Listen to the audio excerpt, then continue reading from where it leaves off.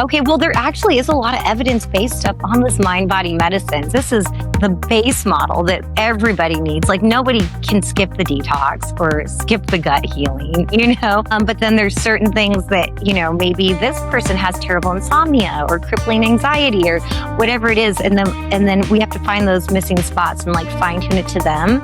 And you have this bank of knowledge, right, through your work, through your studies. And then you just kind of lean in being present with the person of which tools are we going to pull extra for this person, right? And usually it works amazing. My thing is it holistic? Is it effective? And is it safe? And if it meets those three things, I'm probably in. I'm in on it, but I don't like giving people stuff and going, well, it should work. I like giving people things that I have seen clinically give the results, in a reasonable amount of time. The first thing I always say is if you're eating like a standard American diet, there's no shame in it, right? But we have to clean up the diet. And the first thing to do is just stop going to the drive-thrus. If you're hitting fast food, cut out the fast food. Let's just start there, right? Because it's going to feel overwhelming if you try to do everything at once. Okay, cut out the fast food. Then you want to cut out the processed food. Like, does it come in a bag, in a box? Does it have a long paragraph explaining what it is and what some of that stuff is, right?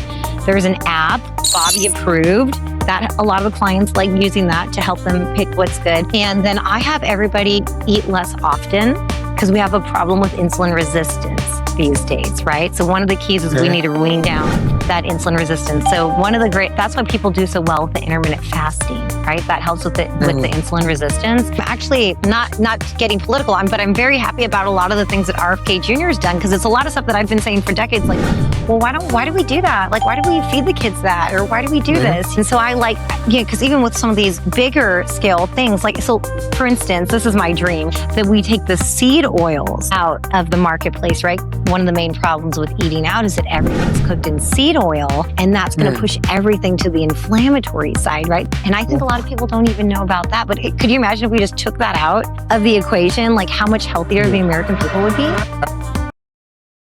Is something standing between you and your happiness? It was for me. I had to face my depression and the constant negative self-talk. Therapy helped me realize I deserve to be happy. That's why this podcast is called I Choose Health, because I made the choice to heal, and I want to share that with you. As a gift to you, we've partnered with BetterHelp as our sponsor to help you start your own healing journey. We all face moments when life feels overwhelming, whether it's stress, anxiety, or just feeling stuck. Talking to someone can make a real difference, and that's where our sponsor BetterHelp comes in. BetterHelp offers professional online therapy that's convenient, affordable, and entirely on your schedule. You can connect with a licensed therapist by video, phone, or even chat, whatever works best for you. Let our sponsor BetterHelp support you on your journey to better mental health. You can get 10% off your first month by going to betterhelp.com/iChooseHealth. That's betterhelp.com/iChooseHealth for 10% off your first month. Take the first step toward feeling better today. As a teenager, I decided to live better, so I gave up the meat, eggs, and cheddar. At 20 and 30, I wanted more, so I strengthened my mind and my core. Living a life that is healthier and wealthier because I choose health.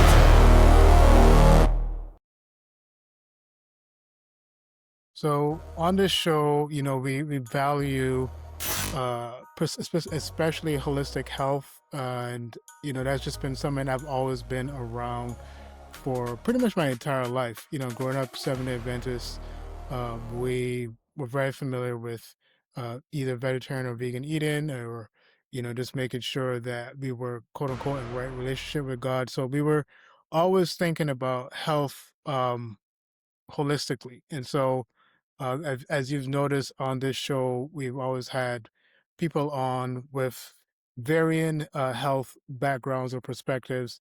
And so, I'm excited to have our guest today, Dr. Melanie Icard, who's herself a naturopath. And so I'm really excited to get into her understanding and her perspective of alternative health. I just want to welcome Dr. Melanie Icard to the I Choose Health podcast. Thanks for having me. Yes. So, Dr. Melanie, I know that your journey into holistic medicine began during your pregnancy. And, has been deeply influenced by the loss of your mother at a young age. Can you elaborate on how these profound experiences shaped your commitment to ensuring your child to ensuring your child and by extension your patients never experience similar pain? Absolutely. So I didn't grow up healthy with holistic health like you did. I kind of grew up Mhm. regular, like once in a while, we would go to McDonald's. Like no one was thinking about being healthy that much back then. But Mhm. my mother got breast cancer at a really young age at 33. She was when she died. Maybe she got it when she was 32.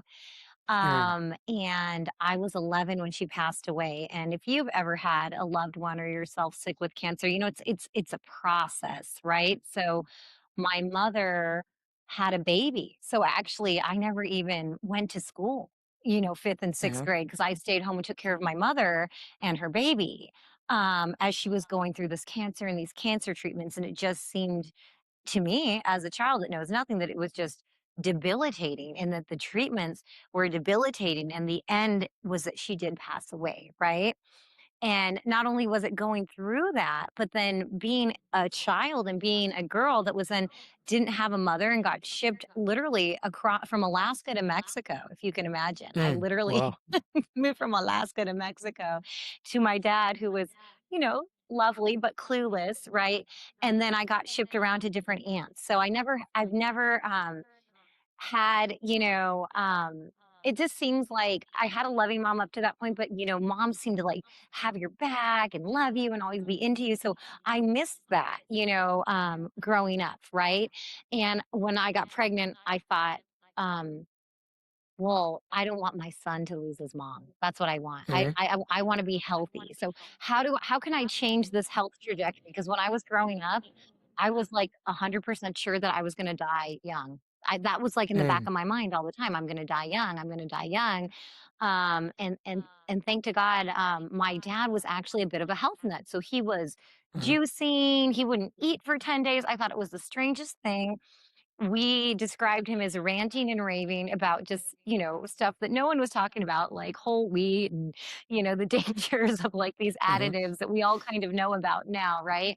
And so when I got pregnant, I went to my dad and I said, please teach me how to be healthy because I don't Mm. want this kid to lose his mom like I did. Do you think that your dad, well, I mean, you would know, was your dad like that prior to your mom passing? Like into health like that? Yeah, I think he dabbled in that because he's actually a really cool guy. My dad, he's a real out of the box kind of guy, entrepreneur. He was doing Tony Robbins and different little workshops. So I think he met a lady at a workshop that was a holistic health pioneer.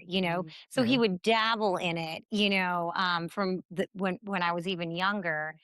And we just, we thought he was, we thought the food he was feeding us was disgusting. And, we didn't get it. And he didn't Yeah. try to explain it to us. He's just like, this is good. But Dr. Icard, I know you started in respiratory therapy before becoming a naturopath. And what insights did your initial training in conventional medicine provide? And how did it inform your eventual transition and approach to naturopathic care? Yeah, well, I actually loved being a respiratory therapist. It fit with my personality really well because I'm kind of a lone wolf kind of person, but I like to kind of like buzz in and buzz out of being part of a group. And Uh-huh. that's literally anyone out there that's a respiratory therapist, they're gonna be like, yeah, that's it, right? And the best thing that I got from that experience was I am great in a crisis because you don't want respiratory around. We're around when someone's trying to die, right? So, Mhm. right. So it really helped me, be really grounded and know how to handle when things come up. But when you work in the hospital, there's kind of like this wave of these people that are always coming in. It's like a circular door, you get them out and then they're back. So people were not actually getting better. This is my point of view, obviously, but it seemed that people were getting band-aid put back together and sent out the door only to come back. And the other thing, because I started the holistic lifestyle when I was pregnant, I was very upset with the food they were feeding them. Mhm. It didn't look healthy and it smelled like chemicals. And I'm thinking, why are they feeding this guy with diabetes pancakes for breakfast? Yeah. So Now, there's a lot of things that didn't add up. now, what year was this that you were seeing this like disconnect between conventional health in the hospital and nutrition? Because I've seen it too growing up, where you have a patient in the hospital, but the food doesn't seem to be matching maybe the intended goal of helping this person recover from whatever condition it is that they had. So what year is this? I'm trying to just get an idea of how long ago Right. this was. Well, it was the entire time, right? Mm. So I stopped in the hospital probably like 12 years ago. Mhm. So it was up to 12 years ago, but I'm pretty sure we could call some of my friends, it hasn't changed, you know. Mm, yeah, and I've noticed that like there like I'm in New York, so I do notice that there's been some attempt to create like healthier options. But for the most part, a lot of it is still very much the same food as you're talking about. Processed, highly processed. I know that your focus on cancer cure was directly inspired by your mother's battle with the disease. How do you integrate your personal understanding of cancer's impact with your naturopathic expertise to support patients and their families? Yeah, so I did. I went to medical school thinking I wanted to treat cancer, and I made sure I made friends with the cancer doc and got on the cancer shift. And we do work with some people with cancer on a case by case basis. The reason I decided to not make that my main focus was when I got on that cancer shift, and there was all these great tools, right? There was vitamin C IVs and supplements and this and that and the other thing. But my personal experience was, and here I am all excited, right? That all of the patients that I went to talk to, they were miserable Mm, and they pretty much told me that they knew they were going to die. mm, And I was like, wait a minute. I don't think it matters how much vitamin C, we give these people.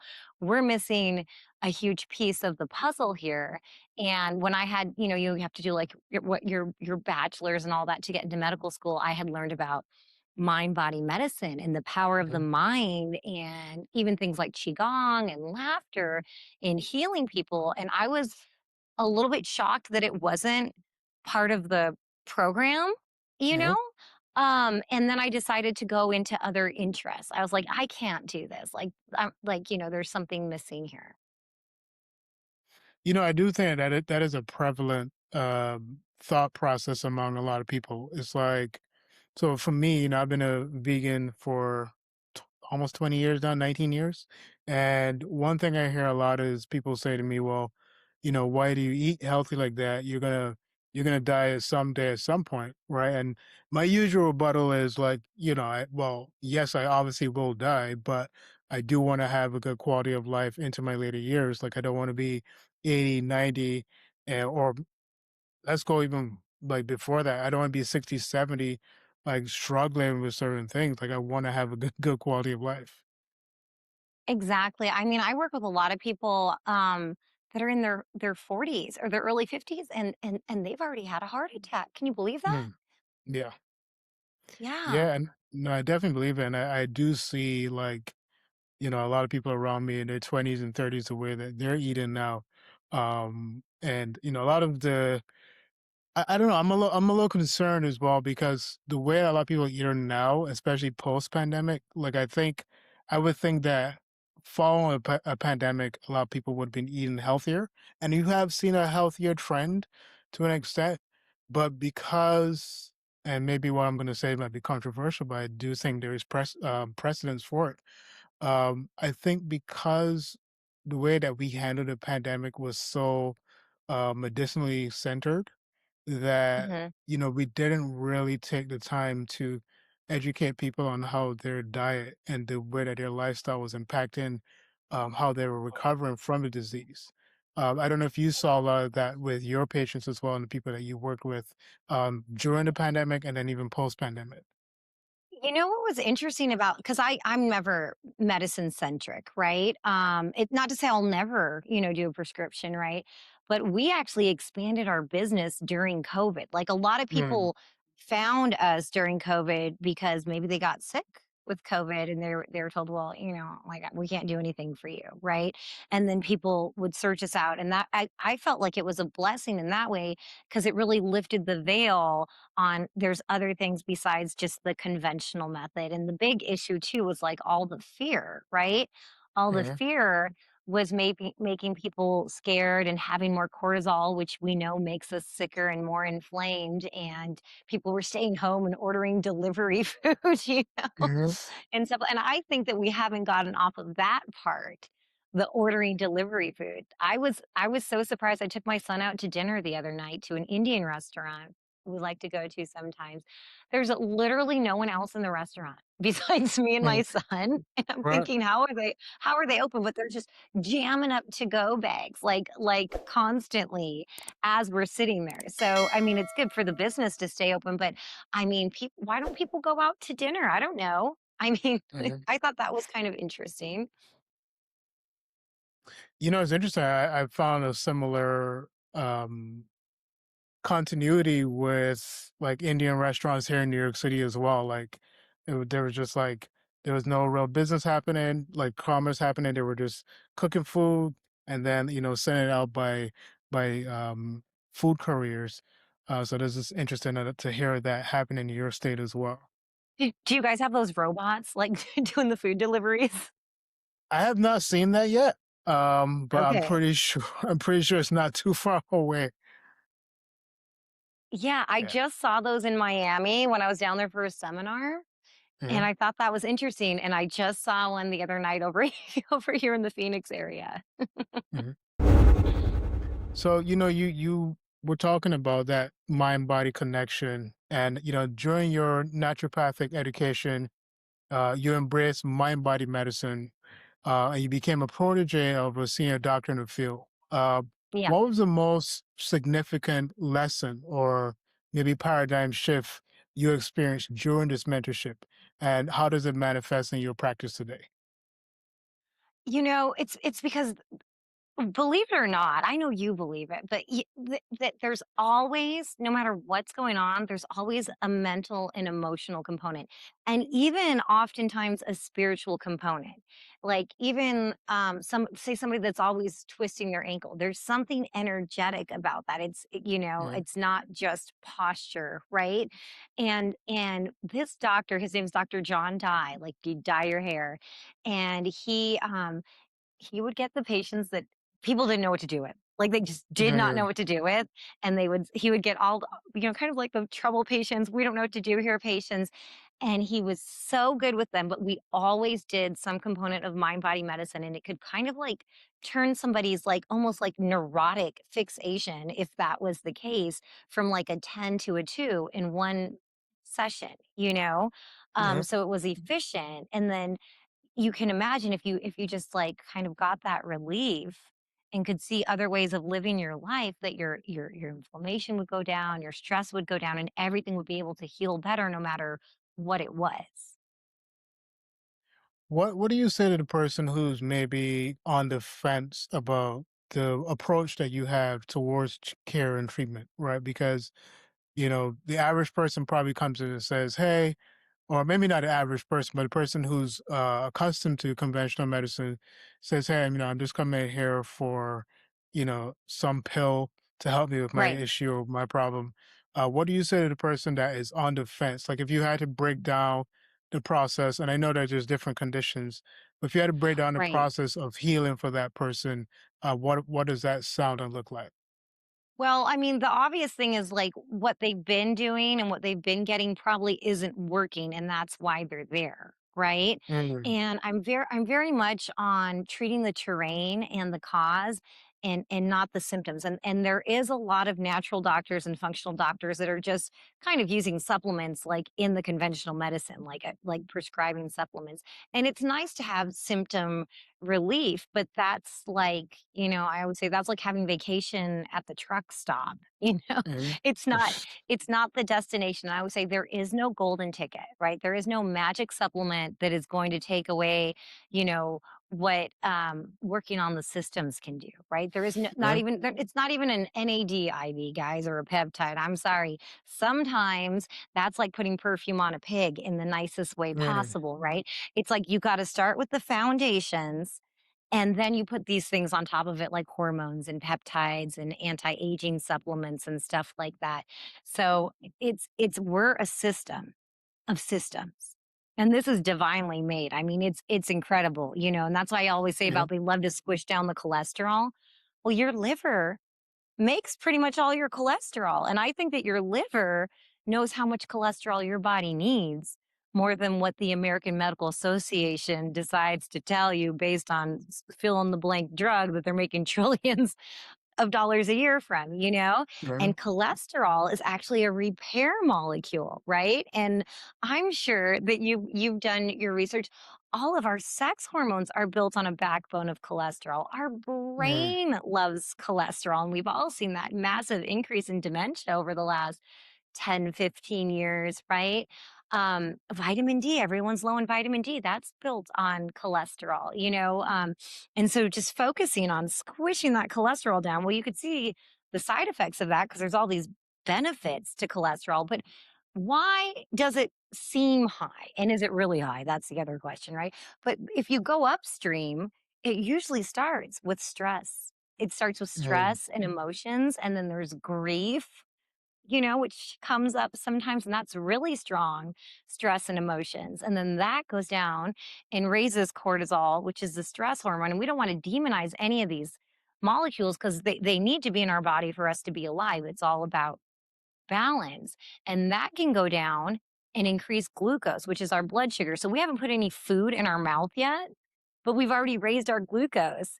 And that's from the mind. And that's why you can't ignore this nervous system reset, this mind body medicine component, right? Because I've seen people so many times, I mean, just get amazing, like get off their blood pressure meds, stop having palpitations, like get energy, lose weight, you name it. And then they go back into their old coping mechanisms. Or uh, I work with a lot of people that are maybe workaholics, and so maybe they feel 20 years younger. So then they go and they massively expand their projects or their uh, business, and then they work themselves into being sick again. So this is where that mental emotional is so important, right? And you can't just do mental and then eat badly, and you can't yeah. eat good and then be a stress case, right? Do you see how and Yeah. there's so many more components to it, but it's crazy because in my Yeah. program, if you just buzz right through it, it's 2 months, and usually people feel 20 years younger, and they can, rewind their pre-diabetes, and their diabetes and their blood pressure and wean off of meds. But the best thing is, it's nice to see those numbers, right, in that Uh, imaging. But the best thing is they feel it, right? So they're 75 years old out golfing every day, or all of this stuff, and that's the best part because all of us through holistic living and healing for real. And you've got to make it a standard, right? It's not like, oh, I'm going to do this detox and then go back to the drive through. It's like, you've just kind of got to raise the standard for how you're going to live mm, if aging well is important to you, right? yeah. It's like anything that we're going to put into our body or our energy field. So that goes with, what am I watching for entertainment? What am I listening to for entertainment? But like, what am I putting into my mouth, or who am I keeping for company? And I always say, is this going to raise my vibration or lower my Mhm, vibration? And if you just pause and listen to yourself, you always know, right? mhm. Like, Yep. so you should just pause and then listen to yourself and not make excuses to abuse yourself because you deserve better than that. Mm. That was kind of a Now, rant. I don't even know if I answered your question. no, that's fine. That's perfect. I've noticed that you've gotten the moniker Dr. Mel, and you're playfully Dr. Mel, medicine woman. What does this moniker signify to you, and how does it encapsulate your unique approach to healing and patient care? Well, I am accessible. I'm receptive. I like connecting, like really connecting Mm, with my patients, and making a judgment-free zone because we have to get real if we want to heal for real, right? We can't be pretending like, oh, this is okay, whatever this is, midnight snack attack is or whatever. mm, But I am going to push you off a cliff if you need it. Mm. but I'll jump with you. I'll jump with you, but like we got to go, So that's kind of like I'm playful, I'm feisty, I have a lot of fire energy. I've got 5 brothers, Um Mhm. so I'm loving, but I'm direct, and I'm a little bit intense. Yeah. And in your practice, how do you balance evidence-based naturopathic treatments with the more intuitive and experiential aspects of, mind-body medicine? Okay, well, there actually is a lot of evidence-based stuff on this mind-body medicine. So I'm a super Mhm. nerd, so I'm constantly doing trainings, going to seminars, meeting new mentors and stuff like that. So then I have like this bank, right, of things. And then when you get with the person, because there's kind of like, okay, this is the base model that everybody needs. Like nobody can skip the detox or skip the gut healing, but then there's certain things that, maybe this person has terrible insomnia or crippling anxiety or whatever it is. And then we have to find those missing spots and like fine tune it to them. And you have this bank of knowledge, right? Through your work, through your studies. And then you just kind of lean into being present with the person of which tools are we going to pull extra for this person, right? Mhm. And usually it works amazing. My thing is it holistic? Is it effective? And is it safe? And if it meets Mhm. those 3 things, I'm probably in. I'm in on it, but I don't like giving people stuff and going, "Well, it should work," I like giving people things that I have seen clinically give the results, Mhm. in a reasonable amount of time. Yeah. And, many people struggle with integrating holistic practices into their busy life. What are Mhm. some, foundational steps or mindsets you recommend for clients looking to embark on a holistic health journey? The first thing I always say is if you're eating like a standard American diet, there's no shame in it, right? But we have to clean up the diet, and the first thing to do is just stop going to the drive-throughs. If you're hitting fast food, cut out the fast food. Let's just start there, right? Because it's going to feel overwhelming if you try to do everything at once. Okay, cut out the fast food. Then you wanna cut out the processed food, like, does it come in a bag, in a box? Does it have a Mhm. long paragraph explaining what it is and you don't know what some of that stuff is, right? There's an Mhm. app, Bobby approved, that a lot of the clients like using that to help them pick what's good. And then I have everybody eat less often because we have a problem with insulin resistance these days, right? So one of the keys is we Mhm. need to wean down that insulin resistance. So one of the great that's why people do so well with the intermittent fasting, right? That helps with the Mhm. insulin resistance. So most of my clients eat 2 meals a day, and we always want to try, and this is going to be a mind problem for a lot of people. We want to be done eating by the time the sun goes down Mhm. because we wanna kinda go with the rhythm of the sun. So when the sun goes down, we wanna be done eating, we don't wanna be working out, we don't wanna be doing any meetings and, work that's gonna be stressing us, and I know it's not always gonna work out that way, but, like, that's the goal. Like, I always say, "Oh, I wanna go to the gym every day," and then if I make it 4 times a week, I'm happy, but my intention is to get there every day, and then life happens, right? So then you always wanna aim higher. Like, I always have, numbers for the hemoglobin A1C that we want. But once we get there, then we're going to want a better one. So, Mhm. but it's got to start with the nutrition, less meals, less processed, getting done early, and then if you get done eating early, you're probably not going to have that heartburn when you try to go to bed, right?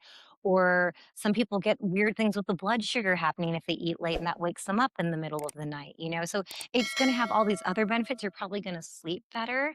And that's the Mhm. best place to start. And then get outside. Even if you live in a city, go to the park, get that nature in because that's going to be so very grounding. And then just little things like this, listen to a podcast like this so that you can get ideas. I get reminded about things, right? Like I just got back into bee pollen. I was into bee pollen like 20 years ago, and then I just spaced out on it. And now I love taking my bee pollen every Mhm. morning because things circle back in. So keep educating yourself, be open. Don't be hard on yourself because it's so Mhm. hard to start new habits, right? So it's normal to fall off. That's human nature. Don't get down about it. Just get back on and try again and see what works for you.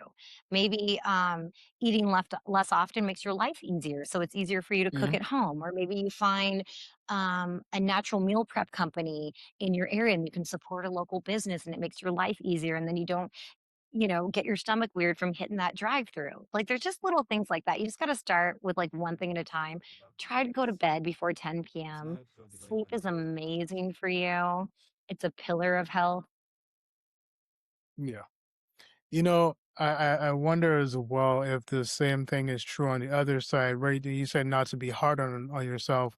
Like, is it also maybe also true, as you've seen with some clients, that when they're not at least disciplined enough with themselves, that, Exactly. there's also that fall off as well?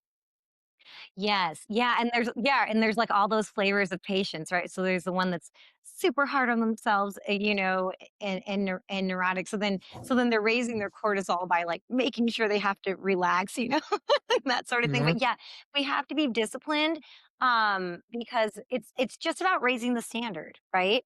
And sometimes it's hard to do that if you're feeling depressed, if you're inflamed because you haven't been eating a healthy diet. It's going to be really hard to get started. The best thing is to do some kind of detox because that's going to disinflame the whole body.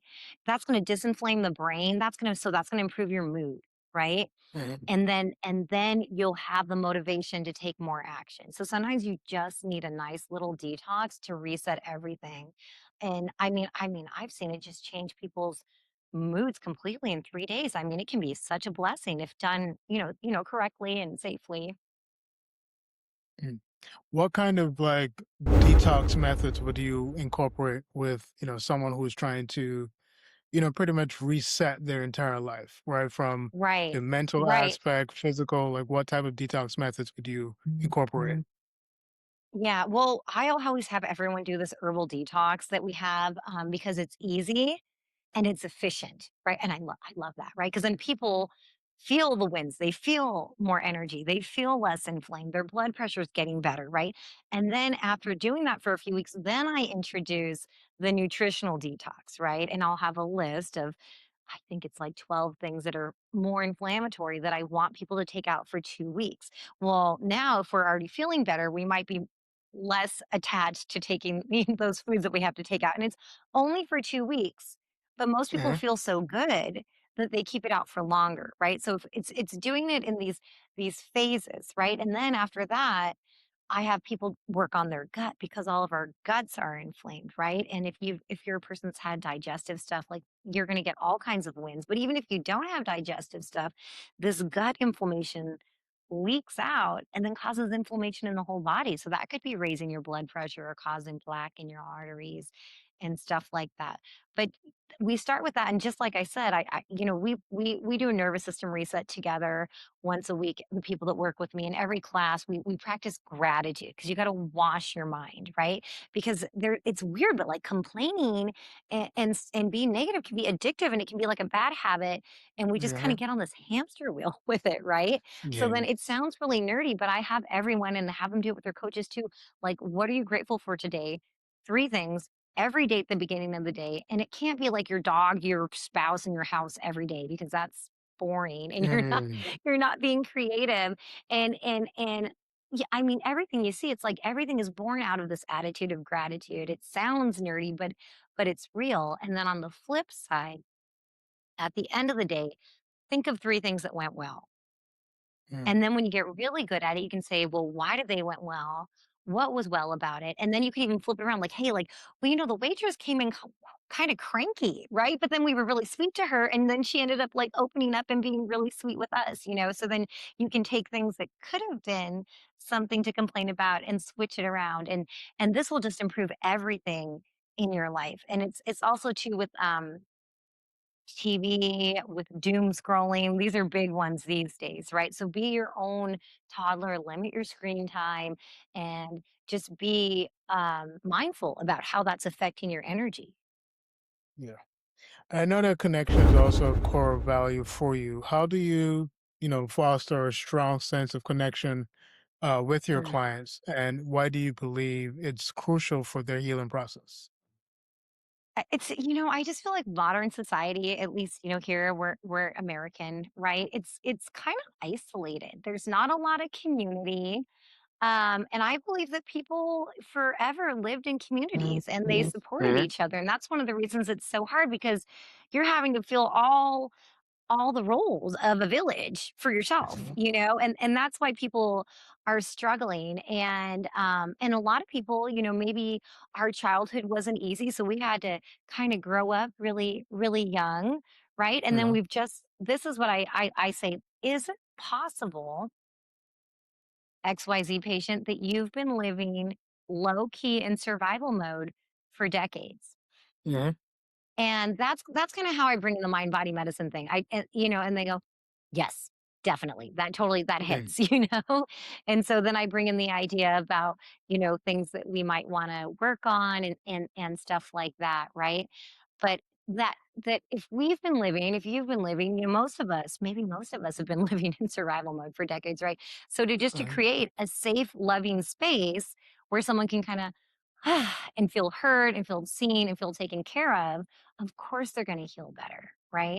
You know, you said something that was really interesting just now about how, like, pretty much almost anything can be addictive, right? In terms of, you know, certain behaviors, certain Oh, attitudes. So just like the same way that you can implement positive behaviors and they become something that you consistently do, you know, you do the same thing on the negative end of things. And, you know, I've been vulnerable on this podcast about, you know, my struggles with, you know, mental health and suicidality as well.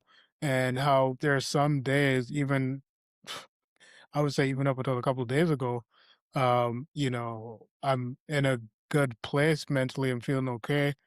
And then I go back into like suicidal thinking again. And, you know, I'm back into this thing of making plans and stuff like that. And so, you know, it gets to a point where it gets frustrating, and I had to be vulnerable with myself to be like, yo, like my mental health is not where I would like it to be, you know? So, you know, I would like to also like speak on that of, you know, how people get into these addictive behaviors in terms of like negative things, mhm. and what are like holistic ways of maybe approaching that to finally get to a point of like real healing. Yeah, and again, I don't wanna sound like a broken record, but it's you've gotta detox. You've gotta disinflame, right? Yes, ketamine and psychedelics can really turn the stuff around quickly, but you're not gonna get that longevity if you don't hit the foundation with that detox, that disinflame, and the gut, and the community too. I'm sure that you feel better when you're connecting with someone and you're feeling seen and heard and accepted, right? Yeah. I think that those are, like, just the key pieces there. Obviously, Yeah. the gut's really important. There's a great probiotic. I love just if you want to scratch it down and do some research, BPC 157 Uh-huh. peptide. Two things on that. Heals the entire GI tract from Mm, esophagus to rectum. We know GI tract is important, right? And get this, it bypasses the blood-brain barrier and is anti-inflammatory for the brain. mm, Doesn't that sound good? And it's anti-inflammatory for the body. Some people take it that have like a wonky elbow or whatever, but that might be a nice peptide to add in. Like if you were like, oh, maybe I want to do something, maybe like a little detox, a little gut kit, a yeah. little gut healing, brain healing peptide. I think that might be something to lean into, you know, for someone that's working on, I mean, probably for everybody. I mean, we should probably all be Hmm. working on our mental health and our Oh inflammation. yeah. Yeah. Yeah. And I think, you know, growing up, you know, I'm 35 now, but I remember hearing a lot about, you know, eating properly and, you know, exercising, right? And those seem Oh, to be that's like the great. two, yeah, those seem to be like the two variables that were always talked about. And Yeah. I would say within the last 10 to 15 years, and, you know, I know you've been in this field a bit longer. Um, you can tell me if you've noticed that there's been a drastic shift in terms of the way that we define health or look at health, right? Because I had Dr. DeCillo on recently, and you know she kind of referenced the World Health Organization's 1948 definition of health, which talks about looking at the entire person. Um, and so I don't know if you've seen a similar shift where people are now going more towards a holistic way of dealing with things, and realizing that they need to take care of their mental health. They need to look at the spiritual side of things. They need to exercise, you know, eat properly. So I don't know if you've been seeing more of that Oh, within the yeah. current zeitgeist. I love it. I love it. Because like when I started doing this like 12 years ago, people would be like, a natural what doctor? They didn't even know what a naturopathic doctor was. Mhm. Trying to get someone to detox was a real hard sell, right? And now everyone Mhm. kind of knows they need to detox, like just these little changes like this. Like I've been drinking mushroom coffee for like 12 years, but now everybody drinks mushroom coffee. Like it's Mhm. just there is like this awakening to like wanting to be healthier, trying anything. Now they got yoga at every gym, you know? I mean, that was kind Mhm. of hard to find 12 years ago, right? So Mhm. there is like this opening in society where and there still are a lot of people that haven't been exposed to this, right? And they're just in the conventional method. I have this, give me a pill or surgery or a shot, right?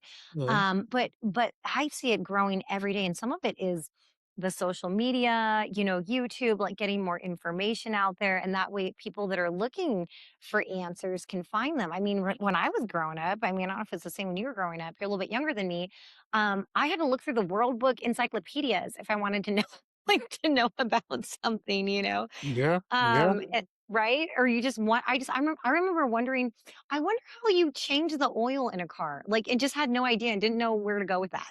Got to find somebody's Yeah. uncle or something, and now Oh man. everything's accessible too. And people are naturally curious. But I Mhm. definitely see a shift in the energy, like, about being mindful, about being present, about, detoxing. And I think it's only going to get better. And I'm actually, not getting political, but I'm very happy about a lot of the things that RFK Jr. has done because it's a lot of stuff that I've been saying for decades. Like, well, why do we do that? Like, why do we feed the kids that, or why do we do Mhm. this?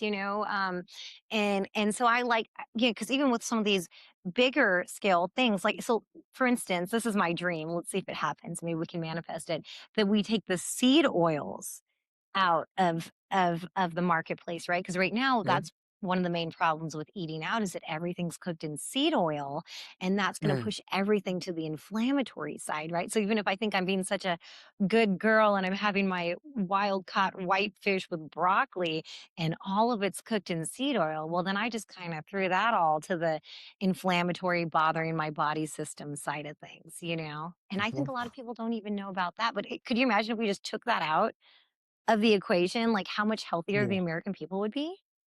Yeah. That would be a blessing. Let's manifest Yeah. that. That'd be great. Yeah.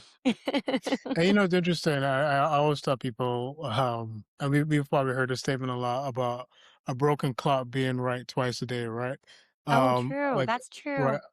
I think about RFK, and I I do want this podcast to survive, right?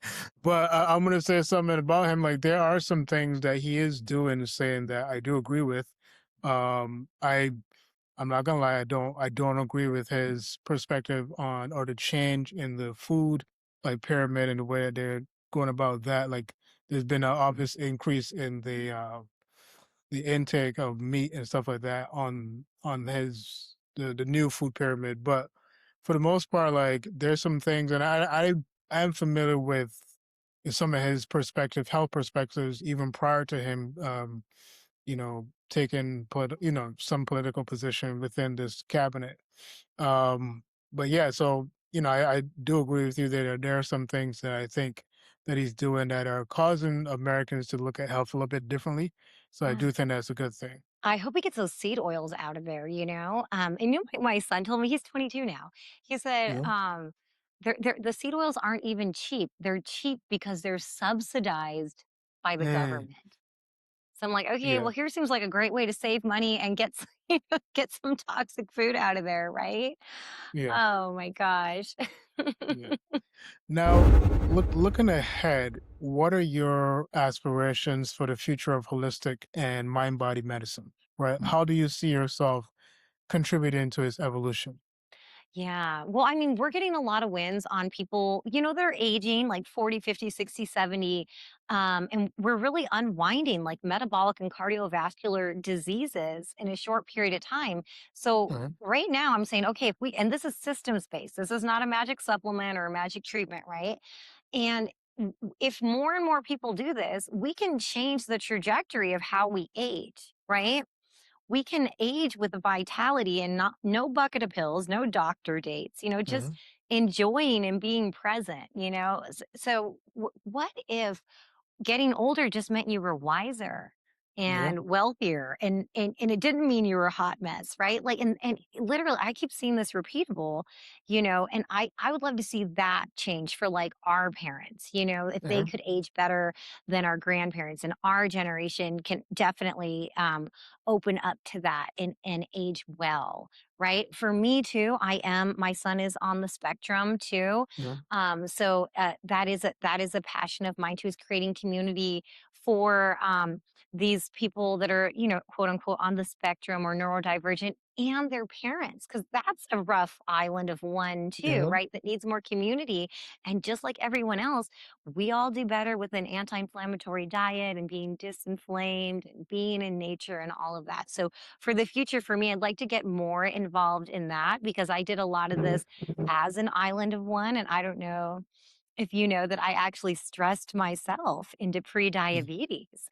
So, Yeah. yeah, that's why I'm so passionate. And no one gets to work with me without learning how to balance their glucose and their insulin, because I Yeah. was like, oh, you know, excuse me, no, on this, and let's unwind this. And then I did a deep dive on that, and I found it was a super issue for everybody. And that is a cornerstone of our work, is like getting that glucose and insulin into balance.